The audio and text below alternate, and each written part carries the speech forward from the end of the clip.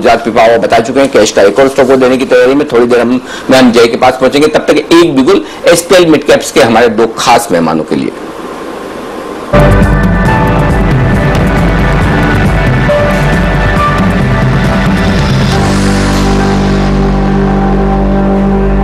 हमारे साथ दो खास मेहमान हैं, सेठी फिनमार्ट के एमडी विकास सेठी साहब और एक्सिस सिक्योरिटी से राजेश पालिया साहब। आप दोनों का स्वागत है। राजेश जी, शुरुआत कीजिए आप अपनी लॉन्ग टर्म पिक के साथ। Good morning Anil ji. अनिल जी, जो लॉन्ग टर्म पिक रहेगी आज एसपीएल मिड कैप में जो रहेगी वो स्टॉक रहेगा सीईएससी कलकत्ता इलेक्ट्रिक।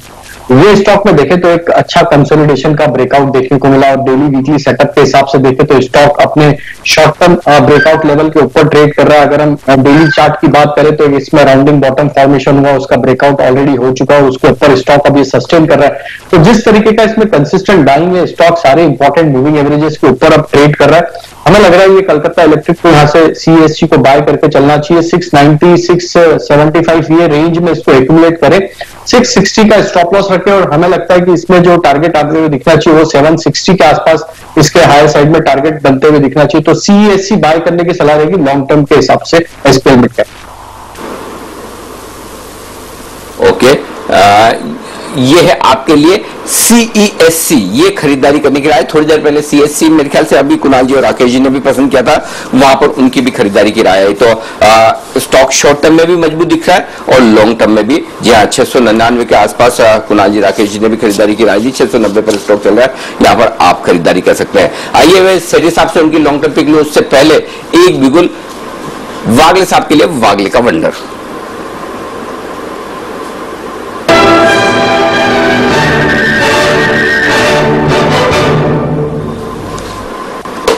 बताएं वागले साहब। अनिल जी, मैं 2 दिन से बजाज फिनसर्व की बात कर रहा था, जिसका मैंने 5800 5780 का टारगेट दिया था, वो तो आज आ गया। अभी मेरे रडार पर आ रहा है बजाज फाइनेंस, जो जिसमें गिरावट अभी चालू हुई है। करंट भाव है 3408 3410। मेरे हिसाब से 30 रुपए के स्टॉप लॉस से इसको बेचना चाहिए अभी के अभी। 3445 का मेरा स्टॉप लॉस होगा, 40 रुपए का स्टॉप लॉस होगा, आई एम सॉरी। और मुझे कम से कम 100 रुपए नीचे ये स्टॉक दिखाई दे रहा है। 3300 3280 का मैं टारगेट देख रहा हूं आज या मे बी कल सुबह तक। ओके, आज या कल तक 3300 और 3280 ये दो टारगेट के लिए बजाज फाइनेंस में बिकवाली करने की राय। थोड़ी देर पहले बजाज फाइनेंस में शॉर्ट कॉल आया था सुमित जी की तरफ से भी। सुमित जी ने 3400 का पुट ऑप्शन खरीदने की राय दी थी, 80 और 90 रुपए के टारगेट से। सुमित जी, उस पुट ऑप्शन का क्या स्टेटस है, जरा वो भी बताइए, जो आपने पहले खरीदारी करने की राय दी थी बजाज फाइनेंस, बताएं। जी अनिल जी, एक तो फ्राइडे को हमने बजाज फिनसर्व सेल दिया था, उसका अभी फर्स्ट टारगेट अचीव हो रहा है।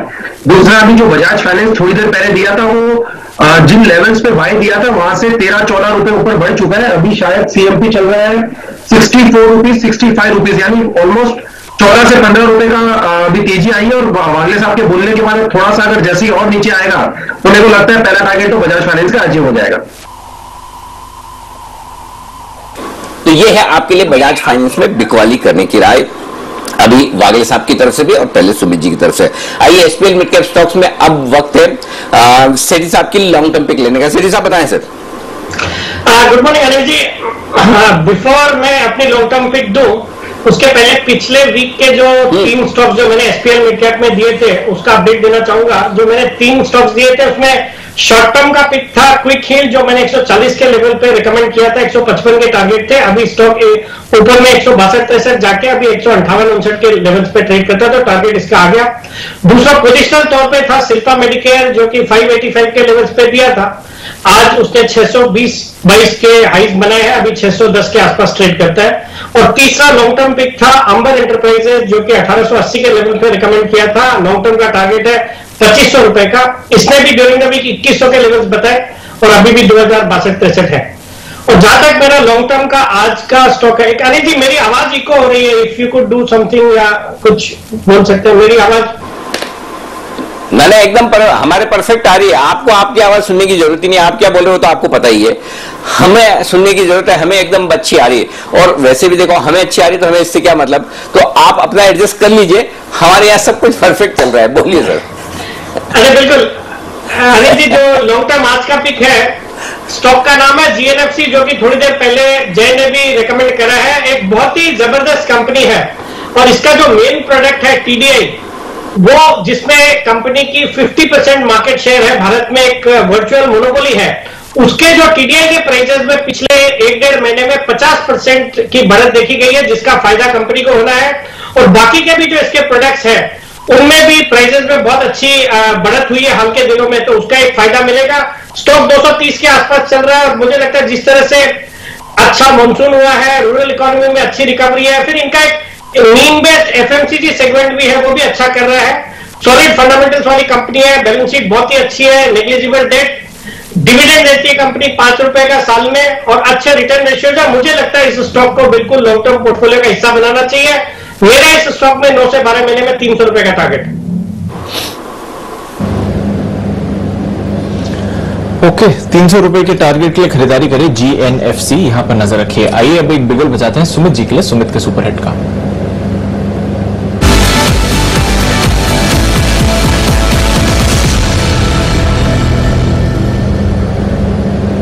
बताएं सुमित जी।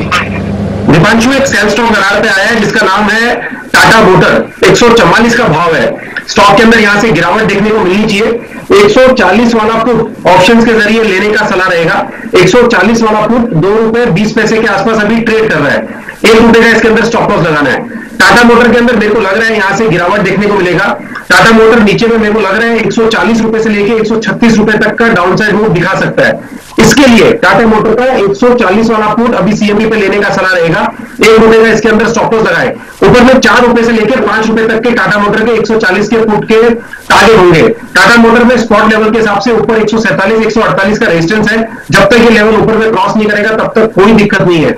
सबसे बढ़िया बात, लास्ट 5 दिनों के लो स्टॉक अभी ब्रेक कर रहा है। बॉलिंगर बैंड का मिडल बैंड ब्रेक कर चुका है, तो ये स्टॉक के अंदर यहां से गिरावट बढ़ती हुई देखने को मिलनी चाहिए, जिसमें 140 रुपए से लेकर 136 रुपए तक के स्पॉट लेवल देखने को मिल सकते हैं। और टाटा मोटर के 140 के पुट के अंदर 4 से 5 के टारगेट होंगे। 1 रुपए का स्टॉप लॉस लगाना है। ओके, तो ये है आपके लिए टाटा मोटर्स में राय है आपके लिए बिकवाली की पुट ऑप्शन के जरिए। ये सुमित जी कह रहे हैं 140 वाला पुट ऑप्शन खरीद लीजिए। आइए अब एक और एसपीएल मिड कैप स्टॉक्स में पोजिशनल स्टॉक पर करते हैं फोकस और राजेश जी से पूछते हैं उनका पसंद का SPL mid cap stock positionally. Rajesh ji बताएं सर। सो अनिल जी, पोजिशनली मैंने स्टॉक जो आइडेंटिफाई किया था वो भी जीएनएफसी था, लेकिन ऑलरेडी अभी सेठी जी ने रिकमेंड किया है, तो मैं उसके लिए अल्टरनेट स्टॉक जो सेकंड स्टॉक मुझे अच्छा लग रहा है पोजिशनल बेसिस पे मैं वो रिकमेंड करना चाहूंगा, वो है आईईएक्स। सो ये स्टॉक में अगर हम देखें तो स्टॉक में जिस तरीके का ब्रेकआउट डेली वीकली चार्ट पे हुआ और स्टॉक में वीकली सेटअप के हिसाब से स्टॉक जिस तरीके से सस्टेन कर रहा है ब्रेकआउट के ऊपर, तो हमें लगता है आईईएक्स को भी यहां से बाय किया जा सकता है पोजिशनल कैटेगरी में। और ये स्टॉक में हमें लगता है यहां से आगे आने वाले टाइम में जो टारगेट देखने को मिलेंगे पोजिशनल बेसिस पे वो करीब होंगे 245 से 255 तक के टारगेट आते हुए दिखना चाहिए। 205 के आसपास अभी ट्रेड कर रहा है। 205 से लेकर 198 ये रेंज में इसको एक्यूमुलेट करें, 190 का स्टॉप लॉस रखे और 245 255 ये टारगेट होंगे पोजिशनल बेसिस पे। तो आईईएक्स बाय करने की सलाह रहेगी पोजिशनल कैटेगरी में। ओके, 195 के स्टॉप लॉस के साथ आप यहां पर करें खरीदारी आईईएक्स और यहां पर तेजी करके चल सकते हैं आप। आइए सेठी साहब से भी ले लें उनका mid cap stock SPL category. सेठी साहब बताएं सर।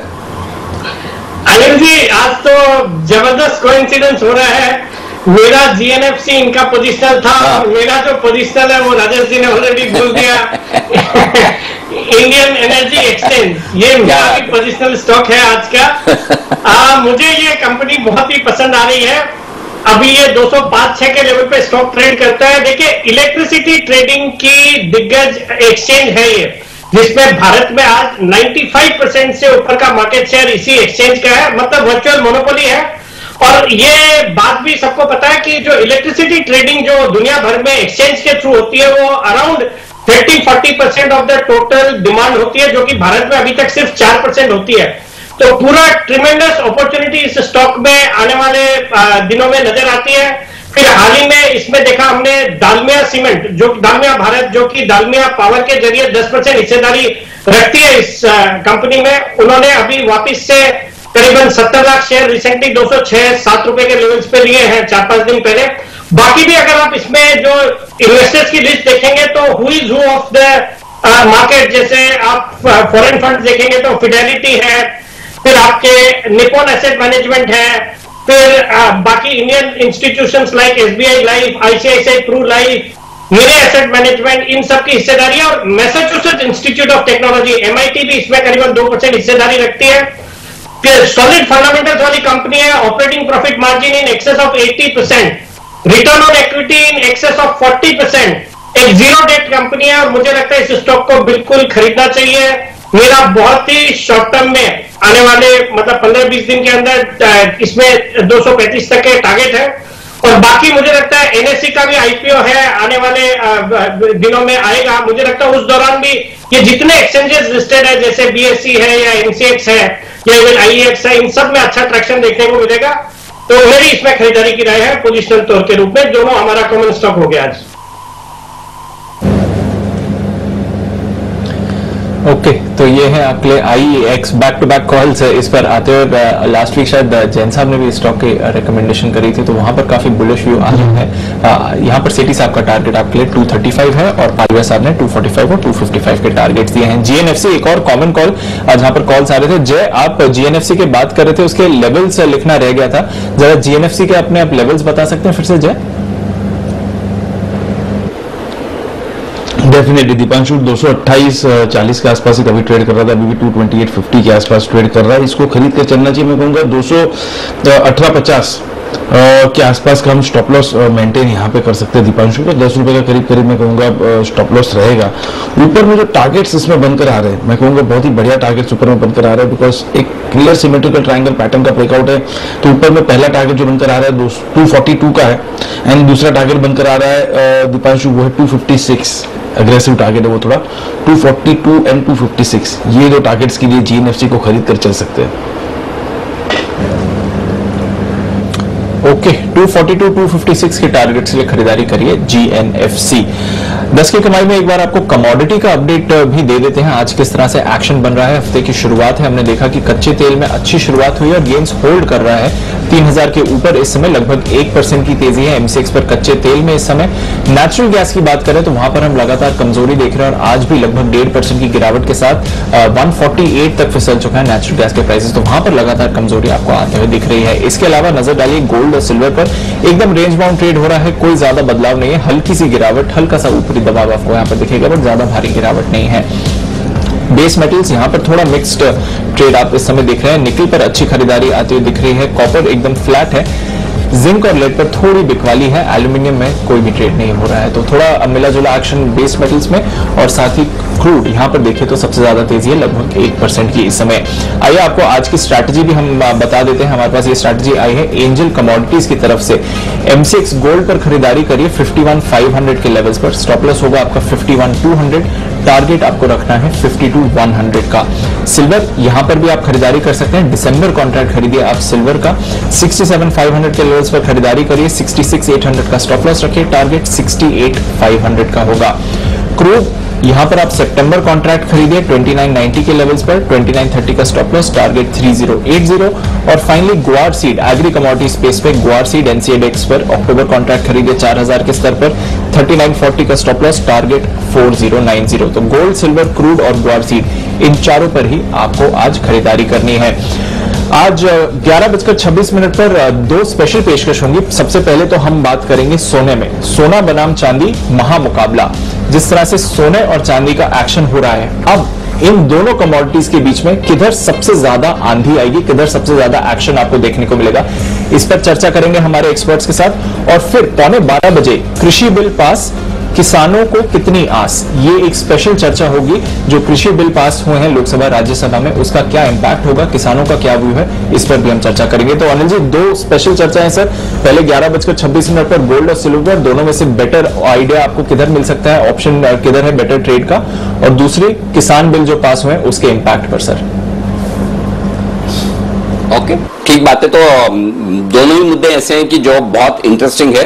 कृषि बिल पास, किसानों को कितनी आस, तो ये एग्रीकल्चर पर पूरा कवरेज आप देखिएगा जरूर। और किसान बिल को लेकर ढेर सारा एक्शन भी पूरे देश भर में चल रहा है, संसद में भी और संसद के बाहर भी, उस पर भी रहेगा फोकस। और सोना वर्सेस चांदी महामुकाबला, ये है आपके लिए बड़ा इंटरेस्टिंग हो सकता है। समय अगर रहा तो मैं बंसल जी और सुनील जी से और जैन साहब से भी सोने चांदी पर विशेष डिस्कशन का प्रयास करूंगा। लेकिन इस बीच रूट मोबाइल 630-635 पर आता हुआ दिख रहा है, इसलिए हम कहते हैं कि आप एक ट्रेलिंग स्टॉप लॉस जरूर रखें। 735 का हाई बनाया और 50 रुपए नीचे अगर आपने स्टॉप लॉस रखा है तो 685 से भी 50 रुपए आपके बच गए।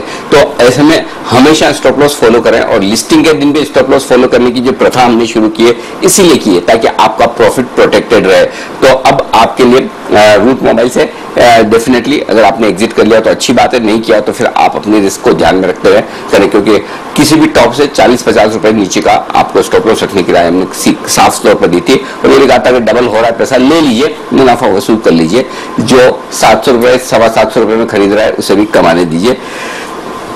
सिंपल। आइए अब बढ़ते हैं आगे और एसपीएल मिड कैप स्टॉक्स में आपके लिए शॉर्ट टर्म पिक का वक्त है। जी हाँ, शॉर्ट टर्म पिक। तो Rajesh ji, short term pick आपकी? तो Anil ji, short term pick में जो स्टॉक आइडेंटिफाई किया है वो है जेके लक्ष्मी सीमेंट। और ये स्टॉक में देखें तो डेली चार्ट पे एक डाउन स्लोपिंग चैनल का ब्रेकआउट ऑलरेडी देखने को मिला है। स्टॉक अपने 200 डे मूविंग एवरेज के ऊपर अब सस्टेन कर रहा है और जिस तरीके से वीकली और डेली सेटअप है पिछले दिनों में काफी अच्छी बाइंग एक्शन लोअर साइड पे देखने को मिली और एक्यूमुलेशन देखने को मिला है। तो हमें लग रहा है जेके लक्ष्मी सीमेंट को यहाँ से शॉर्ट टर्म के हिसाब से बाय करना चाहिए। 276 के आसपास अभी ट्रेड कर रहा है, 276 269 ये बाइंग रेंज रहेगी। 263 का स्टॉप लॉस रखेंगे और हमें लग रहा है इसमें शॉर्ट टर्म में जो टारगेट देखने को मिलना चाहिए करीब 310 के आसपास इसके टारगेट आते हुए दिखना चाहिए। तो शॉर्ट टर्म के हिसाब से जेके लक्ष्मी सीमेंट बाय करने की सलाह देगी। ओके, तो जेके लक्ष्मी सीमेंट ये खरीदा शॉर्ट टर्म के लिहाज से। ये है राय राजेश जी की तरफ से आपके लिए आती हुई, बहुत ही बढ़िया। आइए सेठी साहब, आपका short term pick sir. Anil ji, before मैं अपना शॉर्ट टर्म पिक दूं कैश मार्केट का, एक स्टॉक को मैं अलग से रिकमेंड करना चाह रहा हूं, वो है रिलायंस। जिस तरह का मूव अभी इस स्टॉक में देखने को मिल रहा है, वैसे भी मैंने कुछ दिन पहले भी 2-3 दिन पहले इसको रिकमेंड किया था, पर ये स्टॉक मुझे लगता है जो अभी 2317-18 के लेवल पे है, डेफिनेटली इसको करंट लेवल्स पे तुरंत प्रभाव से खरीदना चाहिए। आज ही इसमें मुझे लगता है 2360-2370 तक के लेवल्स दिखने चाहिए और ये बाजार की जो अगर हम रिकवरी एक्सपेक्ट करें तो उसको लीड करने वाला स्टॉक होगा। तो one should not miss Reliance industries at the current levels. और बाकी कैश मार्केट का जो स्टॉक शॉर्ट टर्म के लिए मैंने आज आइडेंटिफाई किया है अनिल जी, वो स्टॉक एक ऐसे सेगमेंट से है जो अभी तक बहुत ज्यादा चर्चा में नहीं है। होम टेक्सटाइल वाली कंपनी है, कंपनी का नाम है वेल्सपन इंडिया। स्टॉक का भी दाम है 61-62 रुपए का। ये जो सेगमेंट है ये मैंने चैनल चेक किया है, बहुत ही अच्छा कर रहा है। जिस तरह से यूएस और चाइना के बीच में जो ट्रेड वॉर चल रहा है और यूएस ने हाल ही में जो होम टेक्सटाइल्स के ऊपर 10% से ड्यूटी बढ़ा के 25% कर दी है और जो भी वेस्टर्न वर्ल्ड के बायर्स हैं उन्होंने एक ऑल्टरनेटिव के रूप में इंडिया पे भी ध्यान देना शुरू किया है। तो इन सब कंपनियों के पास जबरदस्त डिमांड है। वेल्सपन इंडिया एक लीडिंग कंपनी है जो कि होम टेक्सटाइल जैसे बेडशीट्स है, कर्टन के कपड़े हैं, टॉवल्स है, इनमें एक लीडिंग कंपनी है। और एक और अच्छी बात है, इन्होंने 1 साल पहले एक फ्लोरिंग यूनिट तेलंगाना में शुरू करी थी, जिस यूनिट से ये कारपेट टाइल्स बनाते हैं, फिर आर्टिफिशियल ग्रास जो कि फुटबॉल के स्टेडियम वगैरह में भी लगती है वो बनाते हैं। उस प्रोडक्ट में चाइना का दुनिया में 90% का मार्केट शेयर है, जिसको पेनिट्रेट करने में दिक्कत हो रही थी, जो कि अब इनको बिल्कुल इजी हो गया है। मुझे लगता है ये कंपनी आने वाले दिनों में सबके रडार पे आएगी, बहुत अच्छा करेगी। फंडामेंटल्स अच्छे हैं, वैल्यूएशंस देखेंगे तो प्राइस अर्निंग्स मल्टीपल 15 का है, return on equity around 17%, debt reasonable है 1.07 का, पिछले 3 साल का पैट का कैगर अराउंड 25% का, एफआईआईज और डीआईआईज भी अराउंड 19% स्टेक इसमें होल्ड करते हैं, प्रोमोटर्स की हिस्सेदारी अराउंड 70%, कोई हिस्सेदारी प्लेज नहीं है। तो ये स्टॉक वैसे तो मैं शॉर्ट टर्म के रूप में दे रहा हूं, बट लॉन्ग टर्म पे भी मैं इसमें बुलिश हूं। मुझे लगता है इस स्टॉक को बिल्कुल खरीदना चाहिए। ओके, तो ये है आपके लिए वेल्सपन इंडिया, यहां पर राय खरीदारी की आती हुई दिख रही है शॉर्ट टर्म के लिहाज से। आइए चार्ट कॉर्नर का बिल्कुल कुणाल जी और राकेश जी के लिए।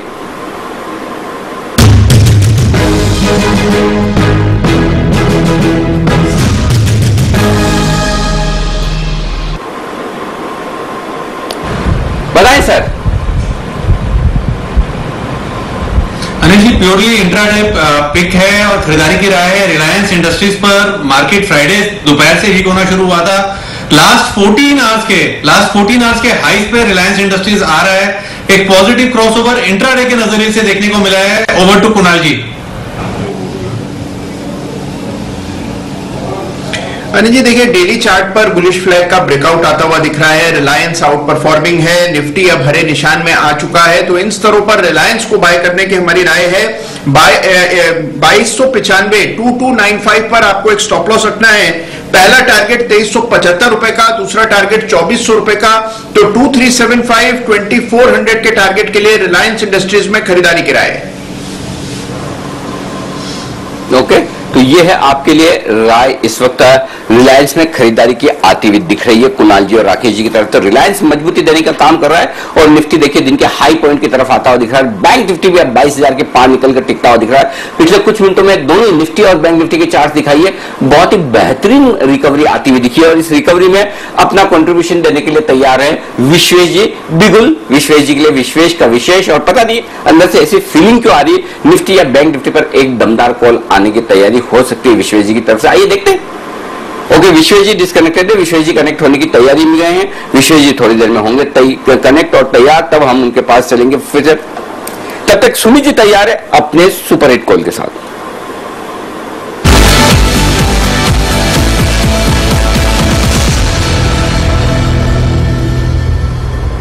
बनाए सुमित जी।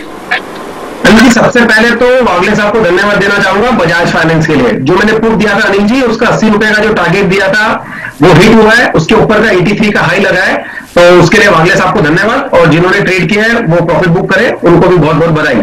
और अब जो स्टॉक अनिल जी रडार पे आया है वो स्टॉक वीक दिख रहा है चार्ट के ऊपर। 1174.75 का भाव है। स्टॉक का नाम है पीवीआर। स्टॉक का नाम है पीवीआर। पीवीआर के अंदर दबाव देखने को मिल रहा है। पीवीआर ने पिछले 7 दिनों में ऊपरी लेवल से सेलिंग दिखाया है। आज स्टॉक ने कल का लो तोड़ा है और वॉल्यूम्स भी बढ़ता हुआ देखने को मिल रहा है। तो पीवीआर में जिस तरह का ब्रेकडाउन है उसको देखते हुए लगता है कि पीवीआर यहां से एक अच्छा खासा सेलिंग दिखा सकता है, जिसके अंदर हमें नीचे में पीवीआर में 1140 और शायद 1100 तक के लेवल भी देखने को मिल सकते हैं। पीवीआर में जो ऊपर में रेजिस्टेंस है 1200 के आसपास है। जब तक पीवीआर 1200 को वापस से रिवर्स नहीं करेगा तब तक इसके अंदर सेल का व्यू ही लेना है। कोई भी बाउंस बैक अगर आ जाता है तो सेल करे, सीएमबी पे सेल करे। 1140 से लेके 1100 तक के लेवल पीवीआर में देखने को मिल सकते हैं और स्टॉप लॉस लगाए 1200 या 1200 के ऊपर, 1201-2 रुपए का। ओके, तो पीवीआर में करें बिक वाली, ये है राय आपके लिए सुमित जी की तरफ से। तो थोड़ी देर में हम विश्वेश जी को भी ज्वाइन करेंगे, कनेक्ट करेंगे, उनसे भी उनकी पिक लेंगे। लेकिन 1175 रुपए के आसपास शॉर्ट करें, 1200 का स्टॉप लॉस लगाएं। 1140 और 1100 तक के टारगेट आपको पीवीआर में देखने को मिलेंगे। ये है ओके। इस बीच एक बड़ी और एक्सक्लूसिव खबर की तरफ करते हैं फोकस, और हमारे संवाददाता अनुराग शाह हमारे साथ हो रहे हैं कार्यक्रम में शामिल, और अनुराग से पूछते हैं क्या है वो बड़ी और एक्सक्लूसिव खबर और किस कंपनी से जुड़ी है। अनुराग बताइए।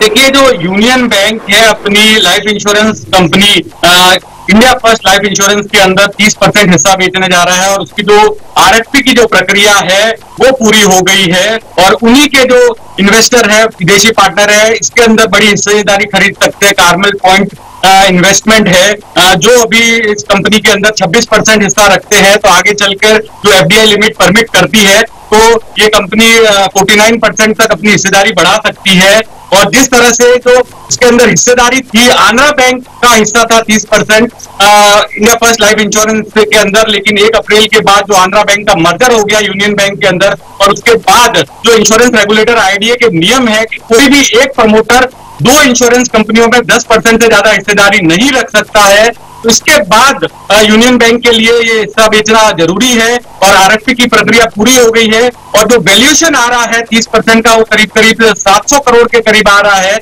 और ये जो डील है जो अगले कुछ दिनों में पूरा ऐलान हो जाएगा। ओके, तो ये है यूनियन बैंक के लिए बड़ी खबर, और बैंक ने इंडिया फर्स्ट इंश्योरेंस में अपना हिस्सा बेचने का मन बनाया है।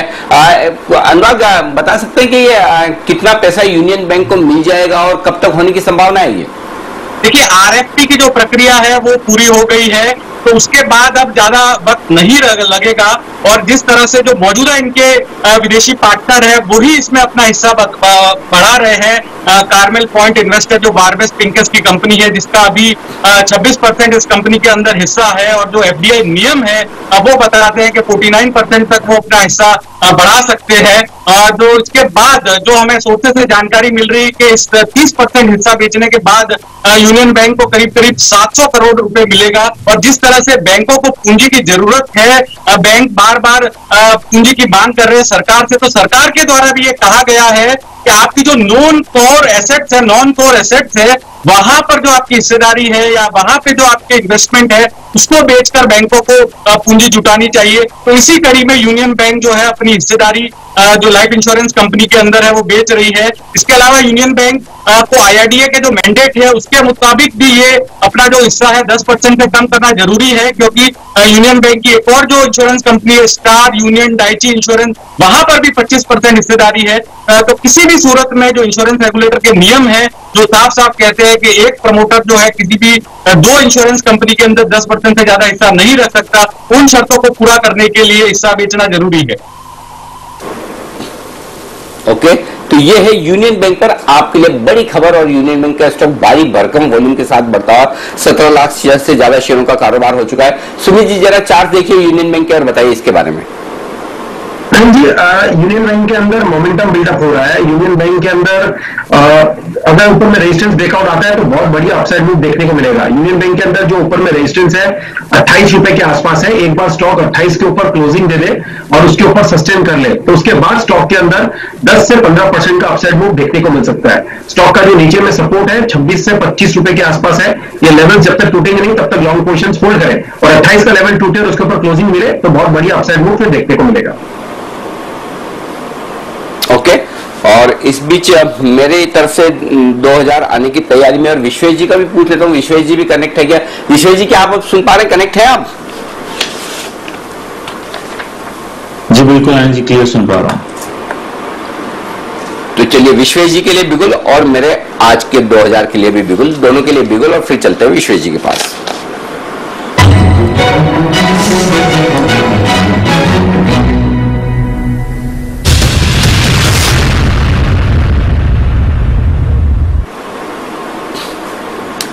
चलिए विश्वेश जी पहले शुरुआत आप कीजिए, फिर मैं आपको पीछे से सपोर्ट देने का काम करता हूं। बताएं सर।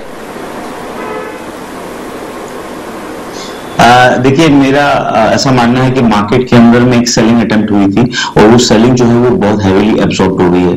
तो खरीदना है बैंक निफ्टी को। बैंक निफ्टी चल रहा है 22,070 के आसपास, फ्यूचर के लेवल के आसपास, और बहुत ही ब्यूटीफुल फॉर्मेशन हुआ है। देखिए 22,000 का लेवल तोड़ा और लेवल नीचे जाने के बाद में हम ऊपर आके क्लोज हो गए थे फ्राइडे में। आज भी वही वहां नीचे गए और नीचे जाके ऑलरेडी ऊपर आ गए।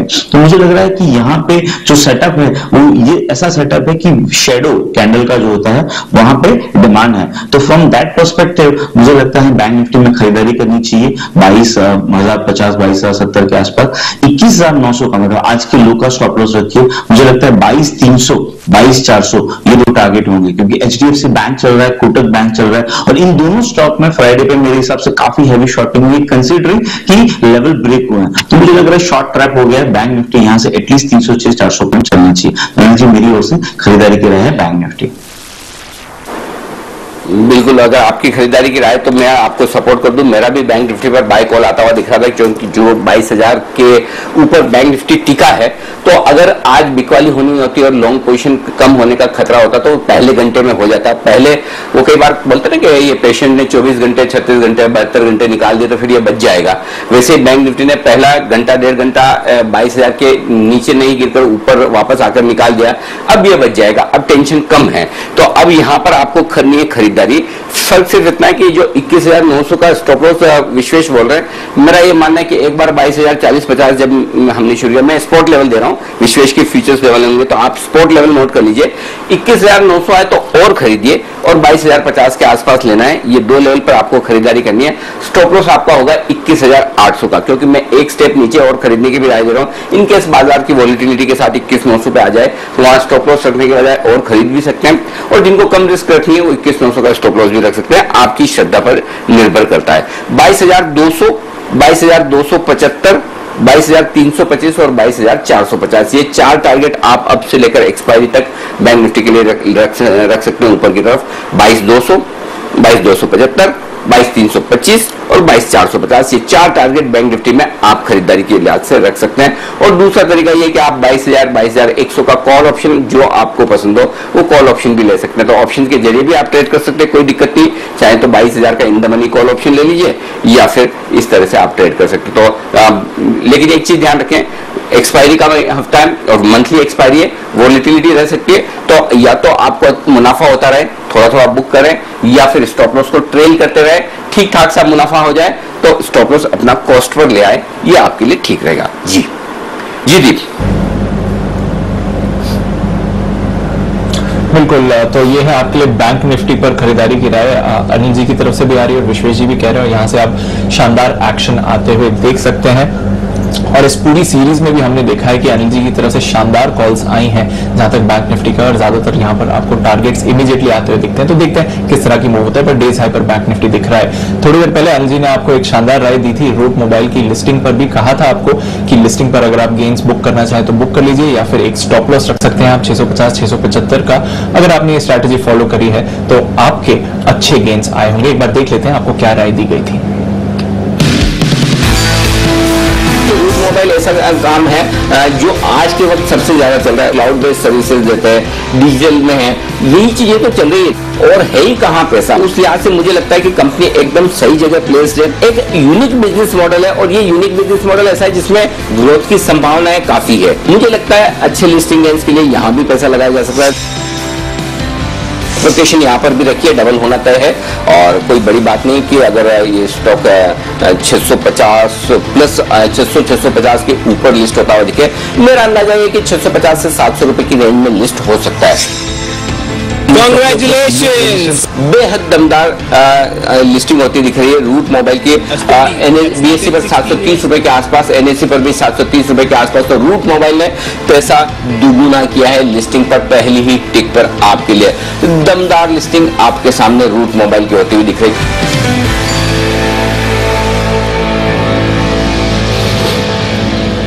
अनिल जी, दमदार लिस्टिंग हुई, उसके बाद थोड़ी मुनाफा वसूली भी है। आपने जो प्रोटेक्ट प्रॉफिट के लेवल्स दिए थे वहां से अगर किसी ने एग्जिट किया तो अच्छा प्रॉफिट भी हुआ।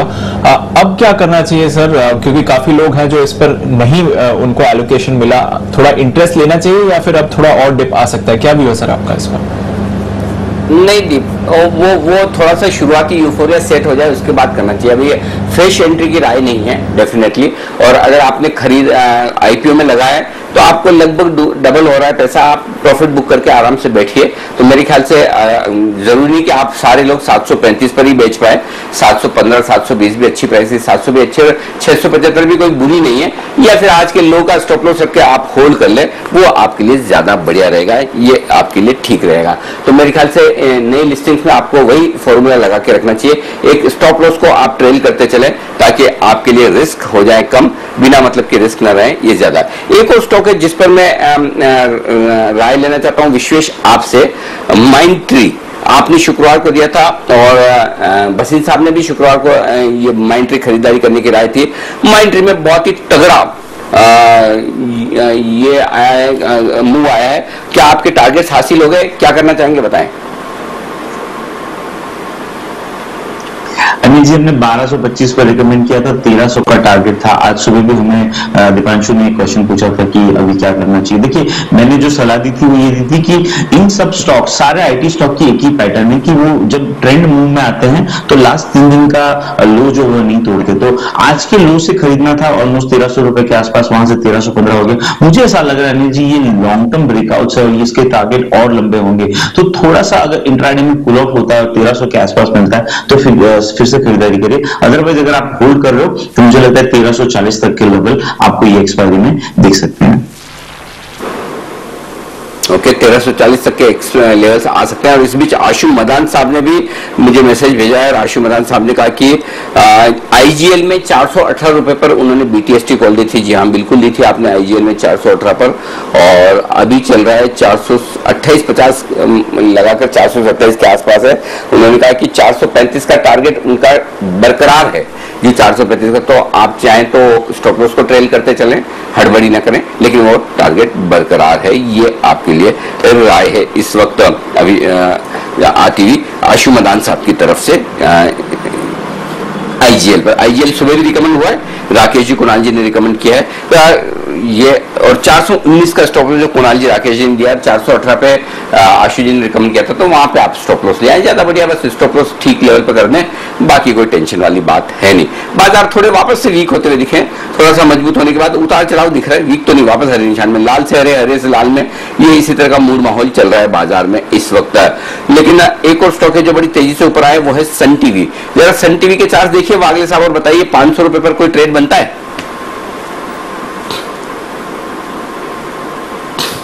अनिल जी, सन टीवी का तो चार्ट अच्छा है, लेकिन मार्केट का व्यू मेरे लिए क्लियर नहीं है। ऊपर में सेलिंग आ रहा है, तो मैं थोड़ा सा वेट करूंगा। सन टीवी को 509 के ऊपर निकलने के बाद ही बड़ी मूव आएगी 530 तक की। यहाँ पर रेजिस्टेंस है 507, 509 में करंटली 500 है, तो मैं थोड़ा सा वेट करूंगा।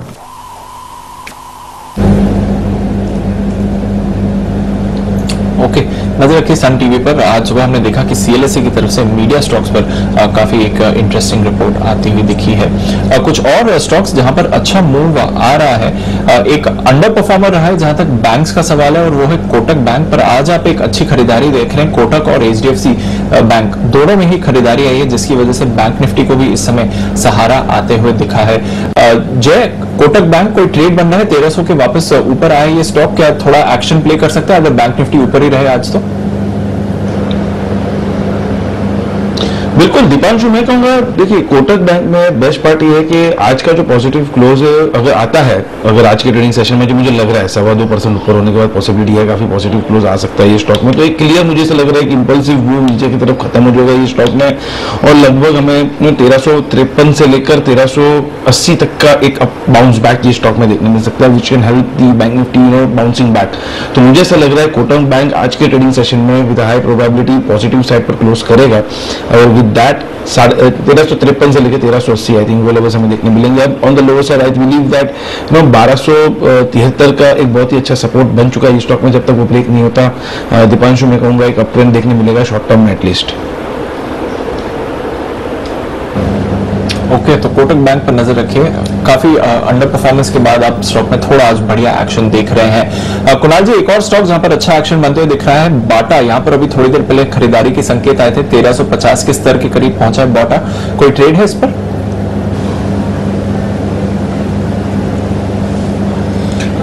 देखिए चार्ट अच्छा है दीपांशु, एक कंसोलिडेशन चल रहा है, कुछ मोमेंटम भी इंट्राडे चार्ट्स पर बनता हुआ दिख रहा है।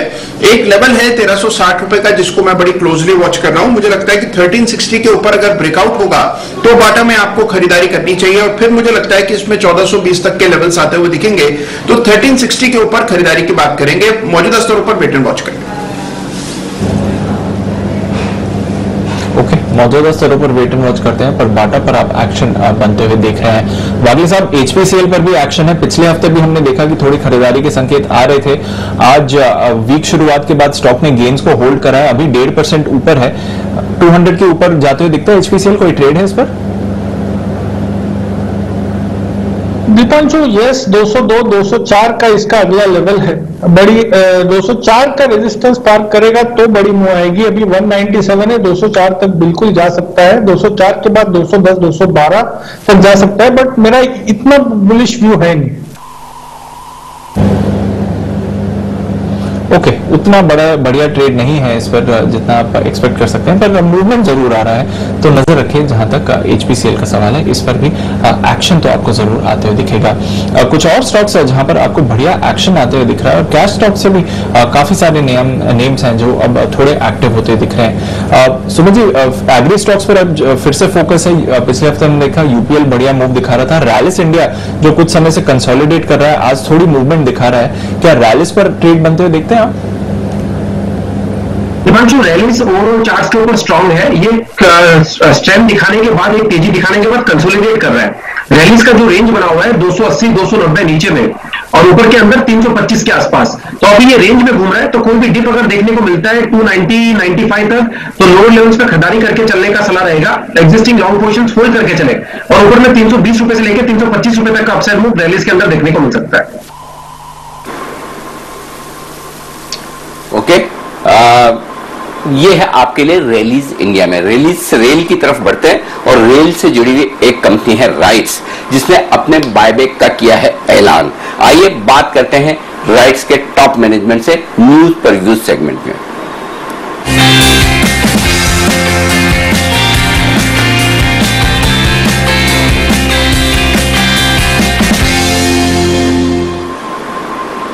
राइट्स यानी कि rail India technical and economic services, इसका शॉर्ट फॉर्म है राइट्स। तो आपको लगता होगा ये तो इंडियन रेलवे से जुड़ी हुई कंपनी है, हिंदुस्तान की है, 1974 में बनी हुई कंपनी, लेकिन ऐसा नहीं है।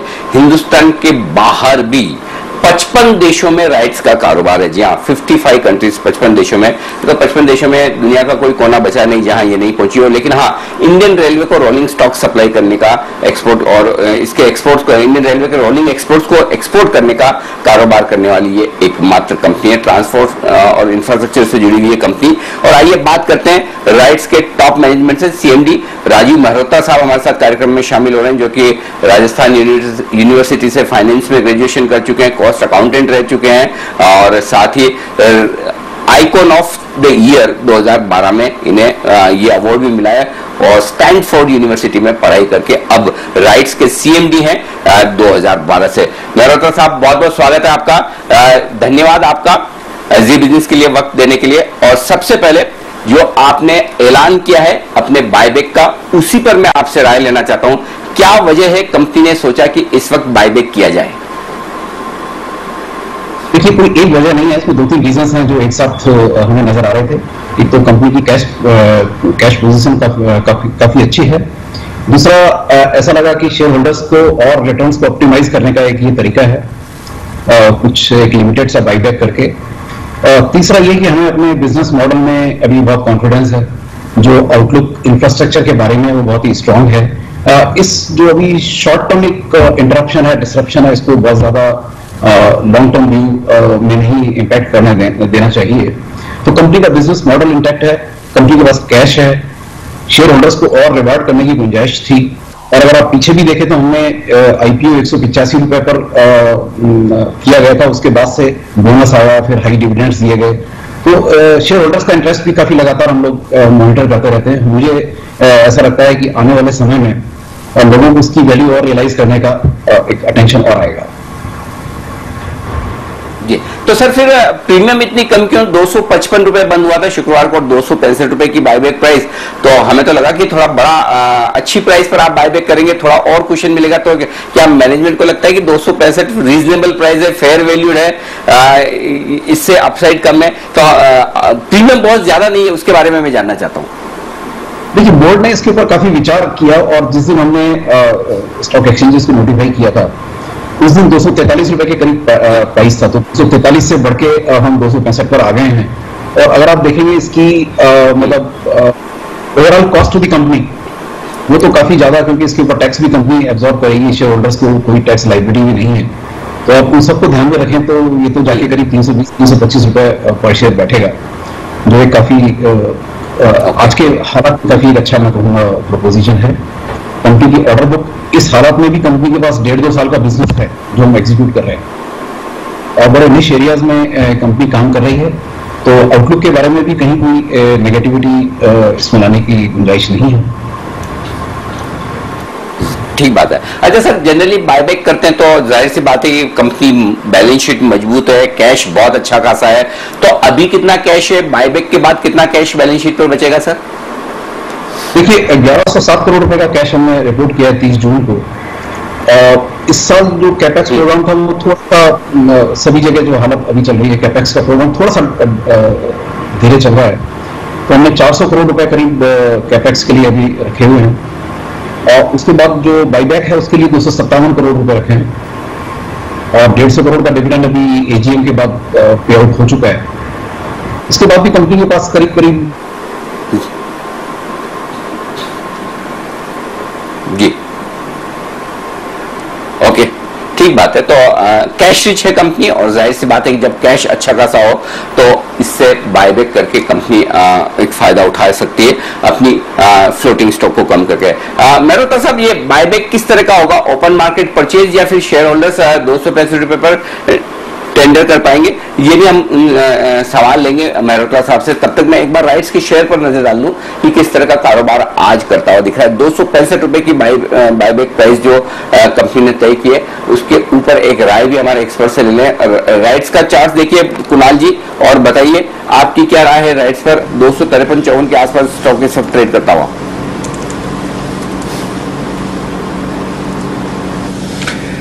देखिए अनिल जी, सबसे अच्छी बात चार्ट पर यह नजर आती है कि 240-45 के आसपास एक बहुत फर्म बेस स्टॉक के लिए बना हुआ है, और ऊपर अगर अपसाइड की बात करें तो एक रेजिस्टेंस मुझे 275 रुपए के आसपास नजर आती है। वहां तक किसी तरह का कोई खास रेजिस्टेंस नहीं है, तो एक दायरे का कारोबार यहां पर चल रहा है। मुझे लगता है कि 245 के स्टॉप लॉस से खरीदारी में कोई हर्ष नहीं है। ऊपर जो टारगेट है वो 270-75 का पहला बनता है, और वो लेवल्स पार हुए तो फिर स्टॉक में एक बड़ा ब्रेकआउट होगा और फिर आपको वापस 300 रुपए के लेवल्स देखने को मिलेंगे। मेरी राय में एक बहुत छोटा सा स्टॉप लॉस लेकर के बाय करना चाहिए।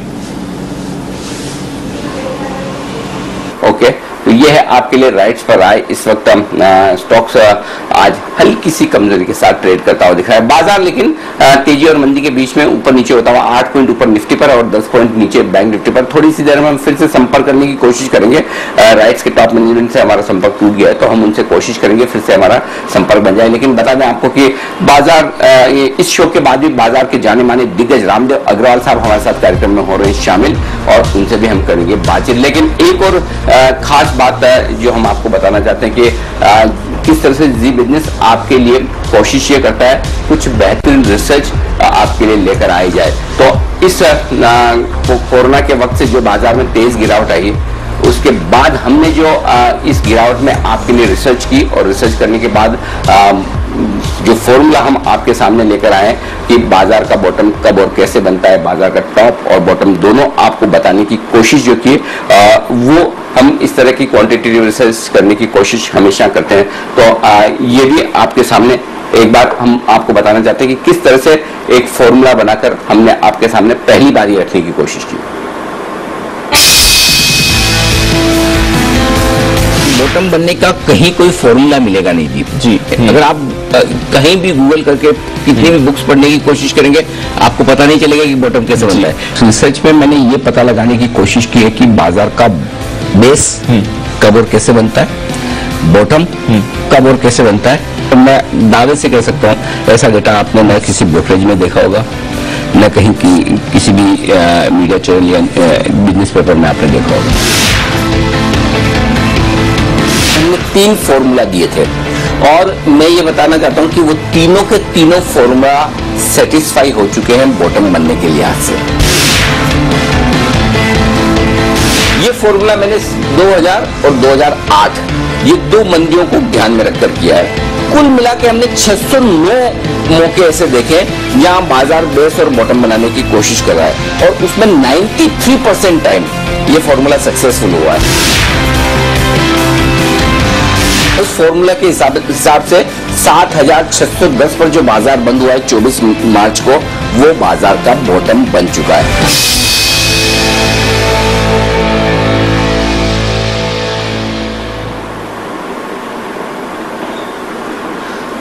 आइए जैन साहब हमारे साथ है, और जैन साहब के कुछ स्टॉक बेहतरीन प्रदर्शन करते हुए दिख रहे हैं। जैन साहब, एक तो आपका सेक्सॉफ्ट आज 12% फिर से ऊपर है, जो आपने खरीदारी करने की राय भी दी थी कि हैप्पीएस्ट माइंड के आईपीओ में अगर आपका पैसा नहीं बन रहा है, सेक्सॉफ्ट ले लीजिए। यूनाइटेड टी आज का स्टॉक भी आपका 10% के ऊपरी सर्किट पर।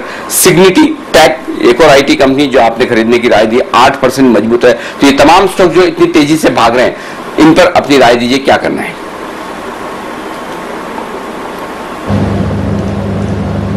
लास्ट टू लास्ट वीक, और बहुत सुस्त स्टॉक है, वो भी चला हुआ है आज।